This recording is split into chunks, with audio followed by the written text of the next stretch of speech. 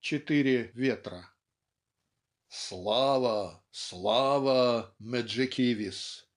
Старцы, воины кричали В день, когда он возвратился И принес священный вампум Из далеких стран Вабассо, Царство кролика седого, Царство северного ветра. У великого медведя он украл священный вампум С толстой шеи мишемоквы, Пред которым трепетали все народы. Снял он вампум в час, когда на горных высях Спал медведь тяжелый, грузный, Как утес, обросший мохом, Серым мохом в бурых пятнах. Тихо он к нему подкрался, так подкрался осторожно, что его почти касались когти красные медведя, а горячее дыханье обдавало жаром руки.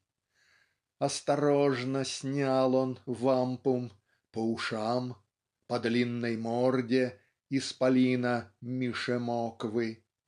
Ничего не услыхали уши круглые медведя, Ничего не разглядели глазки сонные, И только из ноздрей его дыханье Обдавало жаром руки. Кончив, палицей взмахнул он, Крикнул громко и протяжно И ударил Мише мокву В середину лба с размаху, Между глаз ударил прямо. Словно громом оглушенный Приподнялся Миша моква, Но едва вперед подался Затряслись его колени И со стоном, как старуха, Сел на землю Миша моква. А могучий Меджикивис Перед ним стоял без страха, Над врагом смеялся громко, Говорил с пренебреженьем: "О, медведь, ты, Шагадайя, Всюду хвастался ты силой, А как баба, как старуха Застонал, завыл от боли. Трус! Давно уже друг с другом Племена враждуют наши, Но теперь ты убедился, Кто бесстрашней и сильнее. Уходите прочь с дороги, Прячьтесь в горы, в лес скрывайтесь. Если б ты меня осилил, Я б не крикнул, умирая. Ты же хнычешь предо мною И свое позоришь племя, Как трусливая старуха, Как презренный Шагадая". Кончив, палицей взмахнул он, Вновь ударил Мише мокву В середину лба с размаху, И как лед под рыболовом Треснул череп под ударом. Так убит был Миша моква, Так погиб медведь великий, Страх и ужас всех народов. "Слава, слава, Меджикивис!" - восклицал народ в восторге. "Слава, слава, Меджикивис! Пусть отныне и вовеки Ветром запада он будет, Властелином над ветрами". И могучий Меджикивис Стал владыкой над ветрами. Ветер западный оставил он себе, Другие отдал детям: Вебану восточный, Шаванадзи теплый южный, А полночный ветер дикий Злому дал Кабибанокке. Молод и прекрасен Вебан. Это он приносит утро И серебряные стрелы Сыплет, сумрак прогоняя, По холмам и по долинам.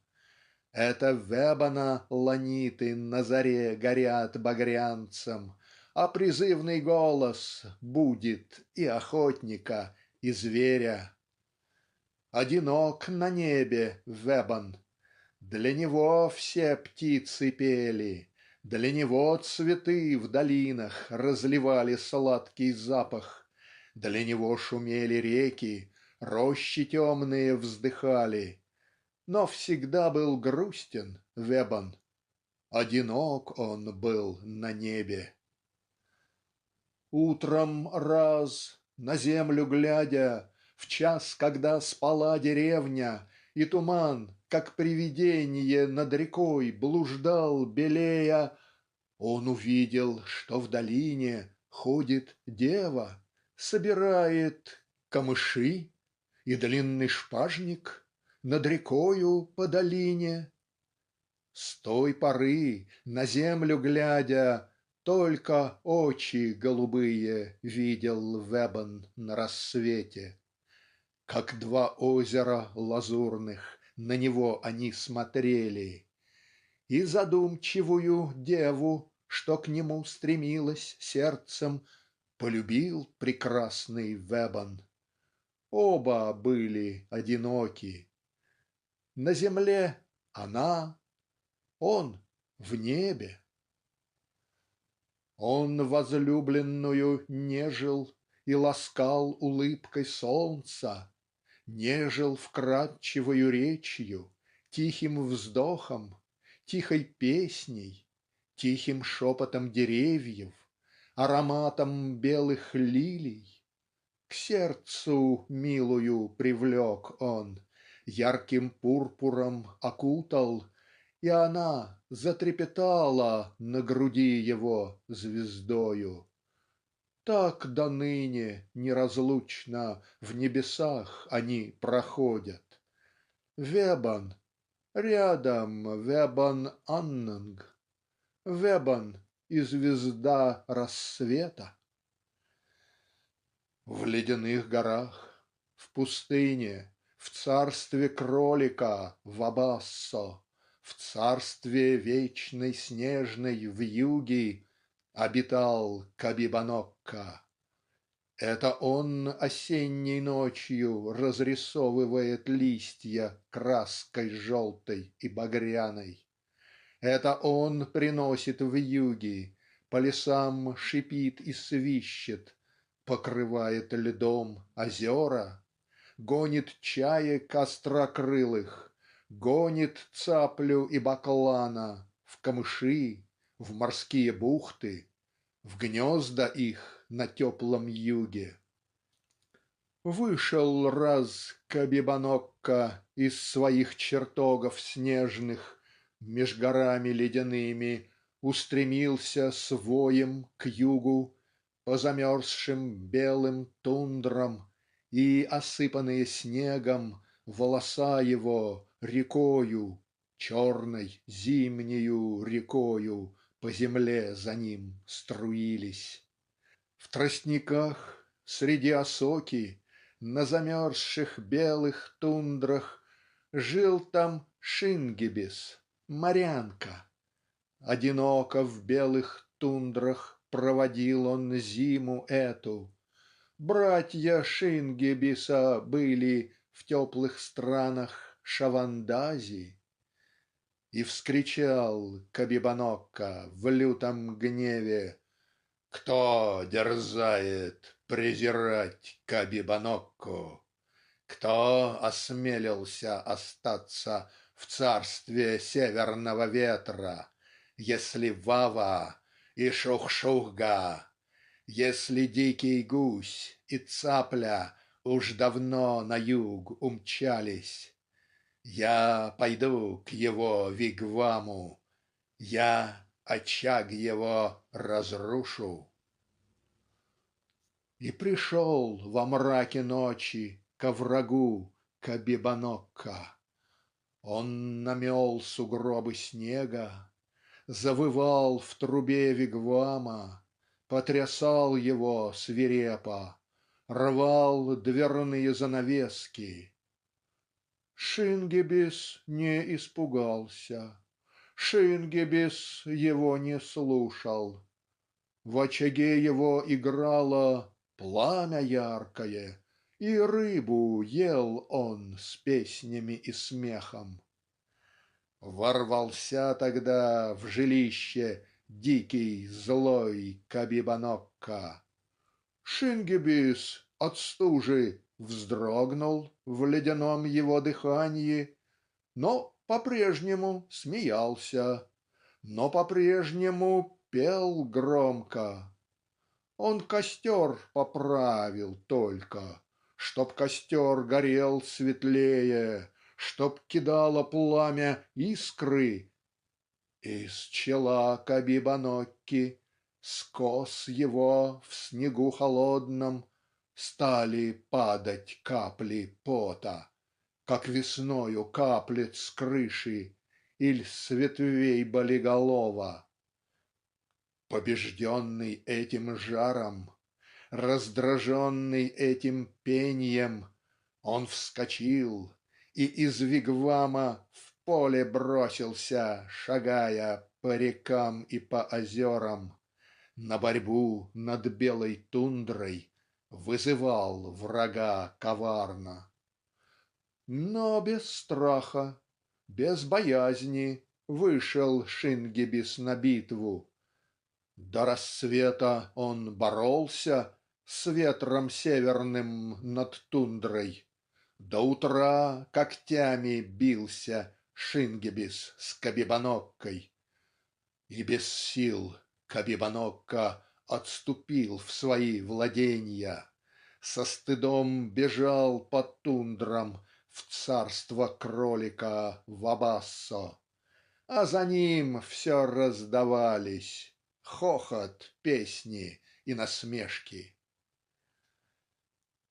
Шавандази, тучный, сонный, обитал на Дальнем Юге, где в дремотном блеске солнца круглый год царило лето.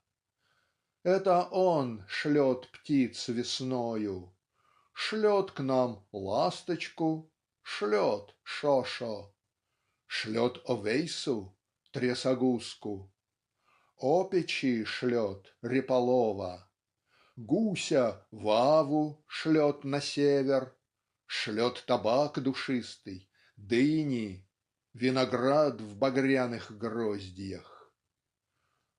Дым из трубки Шавандази небеса туманит паром, наполняет негой воздух, мягкий блеск дает озерам, очертанья гор смягчая, веет нежной лаской лета в теплый месяц светлой ночи, в месяц лыж зимой холодной.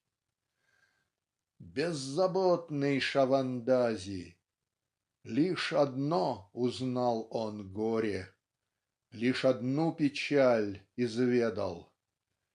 Раз, смотря на север с юга, далеко в степных равнинах, он увидел утром деву, деву с гибким стройным станом, одинокую в равнинах.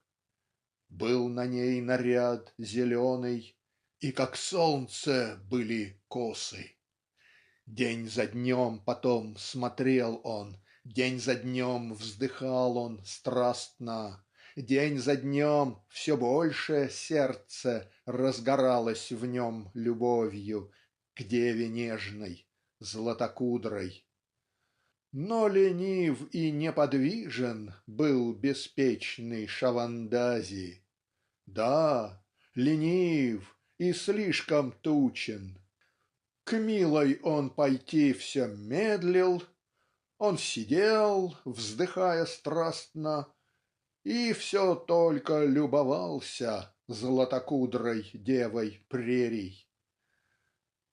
Наконец, однажды утром увидал он, что поблекли кудри русые у милой, словно первый снег белеют.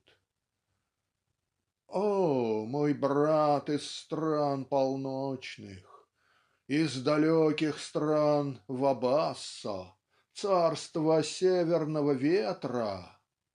Ты украл мою невесту, завладел моею милой, обольстил ее своею сказкой северного ветра. Так несчастный Шавандази изливал свои страдания, и бродил в равнинах знойный южный ветер, полный вздохов, страстных вздохов Шавандази. И наполнился весь воздух, словно снегом, белым пухом. Погубили вздохи ветра деву с русыми кудрями, и от взоров Шавандази навсегда сокрылась дева. О, мечтатель Шавандази! Не по девушке вздыхал ты, не на женщину смотрел ты, на цветок, на одуванчик. О цветке вздыхал ты страстно, на цветок глядел все лето, день за днем, с любовью томной, и сгубил его навеки, в поле вздохами развеял. Бедный, бедный Шавандази!